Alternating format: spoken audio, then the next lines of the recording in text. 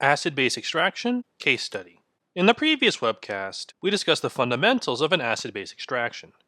In this webcast, we will discuss the thought process of using those fundamentals to decide what aqueous solutions to add when you were given a mixture of compounds that you were trying to separate. Consider a mixture that contains these three compounds. On the left, we have a molecule that contains an amine. On the right, we have a molecule that contains a carboxylic acid. And in the middle, we have a molecule that contains neither of those functional groups. Our goal is to separate these three compounds via acid-base extraction. How do we do this? The first thing we do is we dissolve these three compounds in some kind of organic solvent. This example uses methylene chloride, although we can use any organic solvent that will dissolve all three of these compounds. Now that we've done that, we will add an aqueous solution of some kind. The question is, what kind of aqueous solution are we going to add? The answer to that question depends on which compound you want to react with first. This table shows us what extracting agent to use, what aqueous solution to use to remove a particular type of compound, the substance we are extracting from a mixture. This top section contains acids, strong carboxylic acids, weak carboxylic acids, and phenols. If we want to convert these acids into salts, we have to add a base. By taking an acid and reacting it with a base, we convert it into a salt. Now, in principle, any base will react with any acid, but that's not entirely true. Here at the top, we have a strong carboxylic acid. That means we can use a weak base, such as sodium bicarbonate, to react with it. Down below, we have a phenol. A phenol is a relatively weak acid. A weak base like sodium bicarbonate is not strong enough to react with this weak acid to any significant extent. As a result, we need to use a stronger base, such as sodium hydroxide, in order to convert our phenol into a salt. This fact can be incredibly useful. Let's say I have a mixture of a strong carboxylic acid and a phenol. You might think, well, they're both acids, there's no way I can separate them using acid-base extraction. But that's not true. If I have a mixture of a strong carboxylic acid and a phenol, by adding a weak base such as sodium bicarbonate aqueous solution, only the carboxylic acid will be converted into a salt, leaving the phenol behind. Let's say we had a base such as an amine. How can we separate amines from a mixture? Well, if amines are basic, we should add an acid. A common acid to use is hydrochloric acid, although many other acids are also useful. By taking an amine and reacting it with an acid, we convert it into a salt. Okay, so I know that if I want to remove an acid, I should add a basic aqueous solution. If I want to extract a base, I should add an acidic aqueous solution. Let us say I want to remove the base first. I don't have to, but in this example, let's say I'm removing my base first. I know that to do so, I need to add an acidic aqueous solution. If I add an acidic aqueous solution, what should happen to this mixture? Well, my carboxylic acid, being an acid, will not react with the acid I'm adding, so that will remain the same. This central compound, which contains no acidic and no basic functional groups, will similarly not react and will remain the same. However, this amine, being a basic functional group, will react with the acid to protonate the amine, producing this salt. This salt is very polar. As a result, our compound moves from the organic layer to the more polar aqueous layer.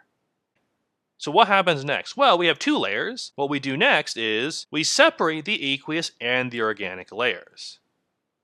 We then put this aqueous layer aside and consider what we have left in the organic layer. What could I do to separate these two compounds? I know I have a carboxylic acid in this mixture, so what happens if I add a new second aqueous solution that is basic?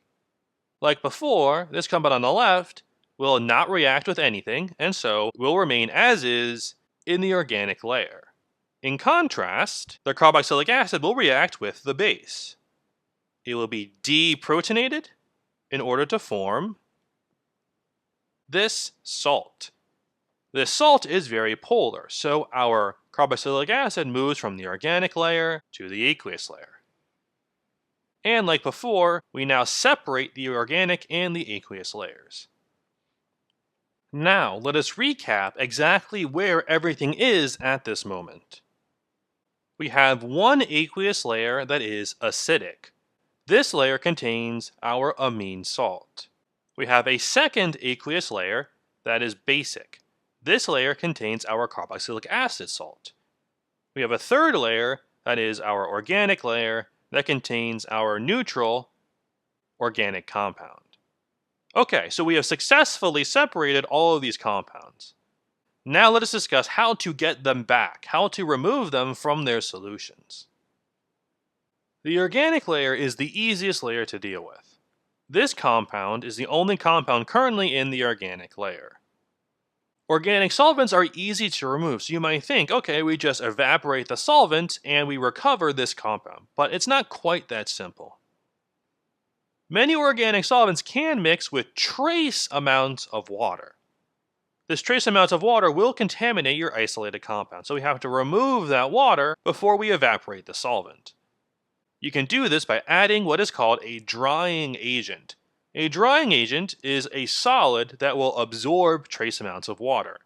Examples of drying agents include magnesium sulfate and sodium sulfate. You will add small amounts of drying agent until the solid becomes what we call flocculent or loosely clumped.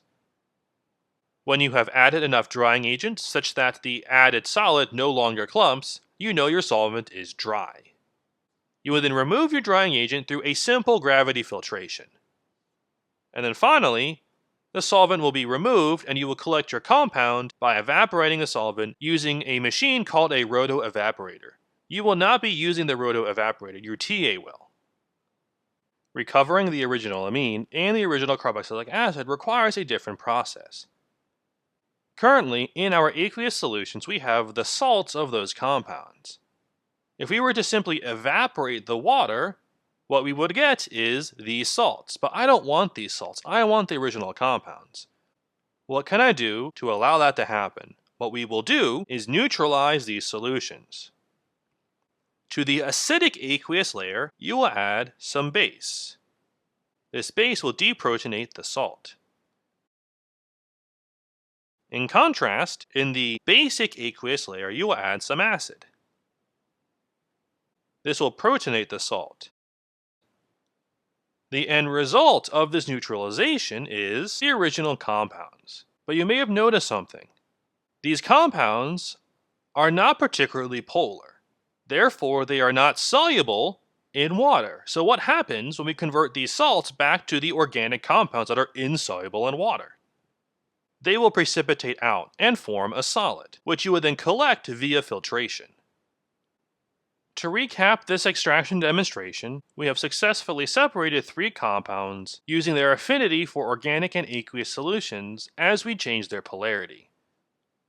We separated the amine by adding an acidic aqueous layer that converted it into a salt, thus extracting it into the aqueous layer. Then, to collect it, we precipitated it out by neutralizing the aqueous solution. The carboxylic acid was separated in a similar manner, except for the carboxylic acid, we added a basic aqueous solution. This converted our carboxylic acid into a salt, extracting it into the aqueous solution, and then we collected it by neutralizing the aqueous solution, causing it to precipitate out. This neutral, non-functionalized compound here on the right never reacted with any acid or base. As a result, its polarity remained unchanged throughout this entire process, so it remained in the organic layer, and then it was collected by evaporating the organic layer. You will perform a similar extraction process in the lab. How will you confirm that you successfully separated your mixture? First, you collect all of your precipitated products with vacuum filtration. You will then dry your products thoroughly, and then you will take melting points. You will compare your melting points to the known melting points of the pure compounds. Remember that we dry thoroughly because any residual solvent will lower the melting point of your sample. Some practical notes on performing an extraction. On the right, what we have is called a separatory funnel. This is what you will use in the lab. The separatory funnel has several components. You have this glass body, in which your liquids will be contained. You will have this cap up top, and you will have the stopcock here at the bottom. The stopcock is a valve that regulates liquid flow through the vessel. When adding your liquids to the separatory funnel, make sure the stopcock is closed.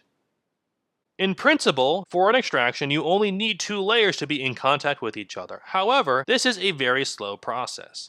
To increase the rate at which compounds move between layers, you will vigorously shake the separatory funnel. When doing this, make sure you have a firm grip on the cap. If the cap comes off, you will spill liquid all over yourself and your hood. In this shaking process, you will create gas. This gas will create pressure inside the vessel. Eventually, enough pressure will be built up to cause this cap to pop off, potentially spilling your liquid. To prevent this from occurring, you must frequently vent your separatory funnel. To do this, you will hold the separatory funnel upside down with a firm grip on the cap, and then you will open the stopcock to release any built-up pressure. When it comes time to separate these layers, what you will do is you will remove this cap, open the stopcock, and allow the liquid to flow through until the entire bottom layer is removed. Removing the cap is important. If you don't remove the cap, there is no air to replace the liquid flowing out, and as a result, no flow will occur. You will be dealing with clear, colorless solutions. Every layer will be colorless. Make sure that your layers are clearly labeled and nothing is thrown away until you have obtained all 3 compounds.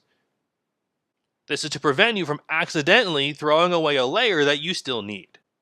When neutralizing your aqueous layers, use pH paper to ensure that you have completely neutralized the layers. And finally, occasionally, you may create what is called an emulsion when shaking an organic solvent and an aqueous solution. Sodium hydroxide and methylene chloride are a common pair that causes emulsions to form. An emulsion is what you see here. It's when 2 layers refuse to separate from each other completely. To break up this emulsion, swirl or gently rock the separatory funnel. That brings us to the end of this webcast. To recap, compounds in a mixture can be separated through the careful additions of aqueous solutions if the compounds in that mixture possess certain functional groups. In particular, for an acid-base extraction, we need our compounds to possess either acidic or basic functional groups that can chemically react with the acids or bases we are using in our aqueous solutions. Different strengths of acidic or basic aqueous solutions can be used to separate compounds that contain the same type of functional group in certain situations. For example, a strongly acidic compound in a mixture can be separated from a weakly acidic compound in that same mixture by using an appropriate basic aqueous solution. This basic aqueous solution must be strong enough to deprotonate the strongly acidic compound in the mixture, but not strong enough to deprotonate the weakly acidic compound in the mixture. At the end of an extraction, you want to recover the original compounds. Any salts that you create during an extraction should be converted back to their neutral forms through neutralizing the aqueous solutions that they are in.